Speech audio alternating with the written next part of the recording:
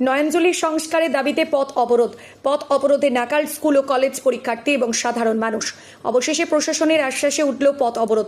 ঘটনাটি ঘটেছে পূর্ব বর্ধমানের রায়না থানার বাঁকুড়া মোড় সংলগ্ন এলাকায়। পূর্ব বর্ধমান জেলার খণ্ডঘোষ ব্লকের সকরাই গ্রাম পঞ্চায়েতের কেউদিয়া গ্রামের কৃষকেরা পথ অবরোধ করেন। কৃষকদের দাবি, গ্রামের অধিকাংশ মানুষ কৃষক ও দিনমজুর। গ্রামের পূর্ব দিকের আরামবাগ বর্ধমান মেন রোড ও উত্তর দিকে বাঁকুড়া বর্ধমান মেন রোড মাঠকে ঘিরে রেখেছে। এই দুই রাস্তার পাশে গড়ে উঠেছে বহু ধান মিল, স্ট্রিট ফার্ম, কোল্ড স্টোরেজ ও অন্যান্য দ্রব্য সামগ্রী, বহু ব্যবসায়ী প্রতিষ্ঠান। এলাকার কলকারখানা থেকে ময়লা আবর্জনা রাস্তার দুপাশে জল নিকাশি নয়নজলিতে পড়ে বন্ধ হয়ে গেছে বা মজে গেছে নয়নজলি। এরপরে বৃষ্টিপাত হলেই জল জমে যায় কৃষি মাঠে। এবছর আমন ধান রোপণ করেছিল এলাকার চাষিরা। কদিনের বৃষ্টিতে মাঠে জল ভরে যাওয়ায় ক্ষতি হয়েছে ফসলের। অবিলম্বে নয়নজলি সংস্কার করতে হবে, এই দাবি নিয়ে আজকেই পথ অবরোধ কৃষকদের। অবশেষে খবর পেয়ে ঘটনাস্থলে দ্রুততার সঙ্গে হাজির হয় রায়না থানার পুলিশ ও ট্রাফিক গার্ডের ওসি। পুলিশ এসে অবরোধকারীদের বোঝালে অবরোধ তুলে নেয় কৃষকরা। সপ্তাহের প্রথম দিন আজ থেকে শুরু হয়েছে বেশ কিছু কলেজের পরীক্ষা, স্কুলের পরীক্ষা। স্বাভাবিকভাবেই কয়েক ঘন্টার অপেক্ষায় ক্ষতি হলো স্কুল পড়ুয়া, কলেজ পড়ুয়াদের। ফলে কতটা বাধা শিক্ষা আটকে গিয়েছিলেন, কতটা আটকে পড়েছিলেন? আমার ক্লাস মিস হয়ে গেছে। আচ্ছা আচ্ছা, কোন কলেজে পড়েন? আমি এখানে পড়ি না, আমি কলকাতাতে পড়ি। আমি বর্ধমানে কাজ নিতে যেতাম। আচ্ছা, আমি অনেক সকালেই বেরিয়েছি। বাড়ি বাড়ি আরামবাগ থেকে আছে। কতটা আটকে পড়েছিলেন? প্রায় ধরুন আধা ঘন্টা দাঁড়িয়ে আছি আমরা তো। এই গ্রামবাসীবৃন্দ আমাদের উপকার করলেন, তাই আমরা এবার যেতে পারবো বাসে করে। তাই যাবো। কোথায় যাচ্ছেন? ইউনিভার্সিটি।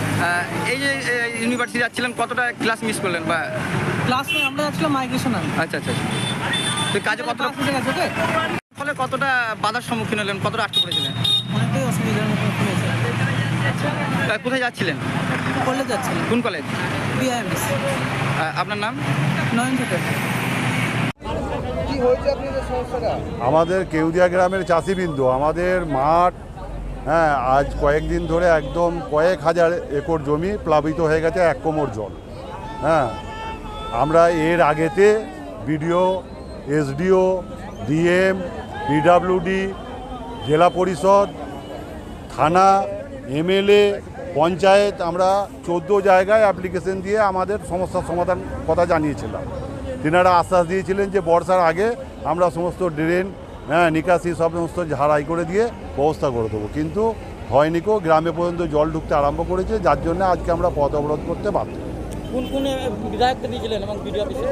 আমরা রায়না খণ্ডঘোষ সমস্ত বিডিও অফিসিয়ালে যত আছে সমস্ত, একদম এমএলএ থেকে নিয়ে পঞ্চায়েত থেকে নিয়ে সমস্ত রায়না খণ্ডঘোষ সমস্ত দিয়েছি। আজকে কি করলেন? আজকে আমরা পথ অবরোধ করেছিলাম এখানেতে। এই কার্যকরী এতে তা এখানে প্রশাসন আমাদেরকে আশ্বাস দিল যে বিডিও আপনাদের সঙ্গে কথা যাচ্ছি। যদি সমস্যার সমাধান না হয় আমরা আগামীকালকে আবার পথ অবরোধ করব। কতক্ষণ পথ অবরোধ করলেন? আমরা পথ অবরোধ মোটামুটি ওই 40 থেকে 45 মিনিট পথ অবরোধ। কোনখানে করেছে? এটা করেছি আপনার বাঁকুড়া মোড় থেকে আগে মুড়োকাটার এখানটায়।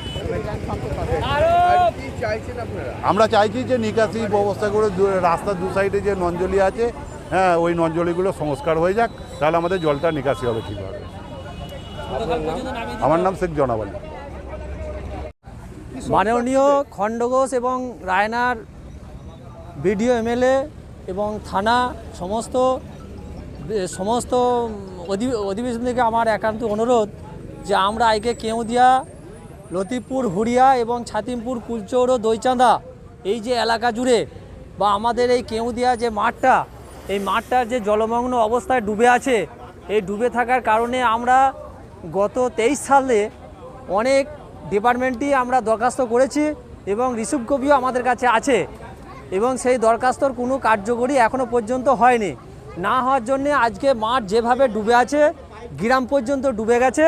সেই জন্যে আমরা চাইছি পথ অবরোধ করে যাতে বিডিও, এমএলএ এবং থানা এসে জায়গাটা দেখে যাতে আমাদের জল নিকাশের ব্যবস্থাটা করে দিয়ে ছোটো খাল পর্যন্ত এবং বড় খাল পর্যন্ত নিকাশের ব্যবস্থাটা পিডব্লিউ রোড সরকার থেকে যাতে করে দেয়, এই জন্যে আমরা এই অনুরোধ করতে চাইছি।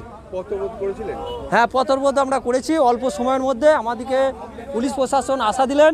ওনারা বললেন যে আপনারা একটু বিডিও অফিসে যান, বিডিও অফিসে আপনারা দুটো বিডিও অফিসে যোগাযোগ করুন, করে কার্যকরিতা করার ব্যবস্থা করুন। কতক্ষণ অবরোধ করেছিলেন?